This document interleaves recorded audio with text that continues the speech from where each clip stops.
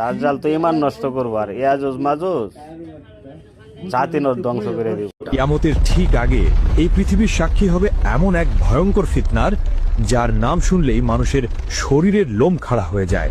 এটি হলো হাজার হাজার বছর ধরে বন্দী থাকা এক ভয়ঙ্কর জাতির গল্প। এটি হলো ইয়াজুজ ও মাজুজের কাহিনী। ইয়াজুজ ও মাজুজ হলো হযরত নূহ আলাইহিস সালামের বংশ থেকে আসা এক জাতি। তারা আমাদের মতোই মানুষ, কিন্তু তাদের স্বভাব চরিত্র আর চেহারা সাধারণ মানুষের মতো নয়। হাদিসের বর্ণনা অনুযায়ী তারা হবে বেটে, তাদের মুখ হবে চ্যাপ্টা, নাক হবে ছোট এবং চোখগুলো হবে ছোট ছোট।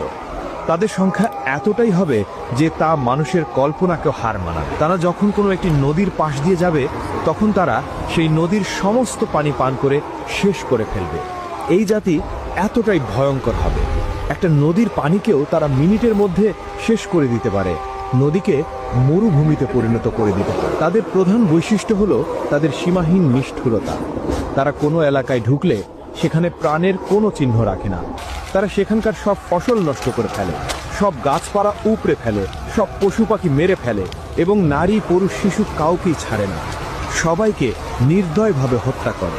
বহু শত বছর আগে বাদশাহ জুলকারনাইন নামে আল্লাহর এক নেককার বান্দা ইয়াজুজ ও মাজুজের অত্যাচার থেকে মানুষকে বাঁচানোর জন্য দুটি পাহাড়ের মাঝখানে লোহা ও তামা গলিয়ে এক শক্ত প্রাচীর তৈরি করে দিয়েছিলেন। সেই দিন থেকে তারা সেই প্রাচীরের ওপারেই বন্দী অবস্থায় আছে। হাজার হাজার বছর ধরে প্রতিদিন সকালে তারা সেই প্রাচীরটি ভাঙার জন্য কঠোর পরিশ্রম করে। দিন শেষে যখন তারা ক্লান্ত হয়ে যায়, দেয়ালটা প্রায় ভেঙে ফেলার মতো পাতলা হয়ে যায়, তখন তাদের সর্দার বলে, আজকের মতো থামো, বাকি কাজটা আমরা আগামীকাল এসে শেষ করব। কিন্তু আল্লাহর ইচ্ছায় পরের দিন সকালে যখন তারা ফিরে আসে, তখন তারা দেখে দেয়ালটা আবার আগের মতোই মজবুত আর মোটা হয়ে গেছে। তখন তারা আবার দেয়ালটাকে ভাঙার জন্য লেগে যায়। এভাবেই চলছে দিনের পর দিন, বছরের পর বছর, কিন্তু দেয়ালটা ভেঙে তারা বাইরে আসতে পারে না।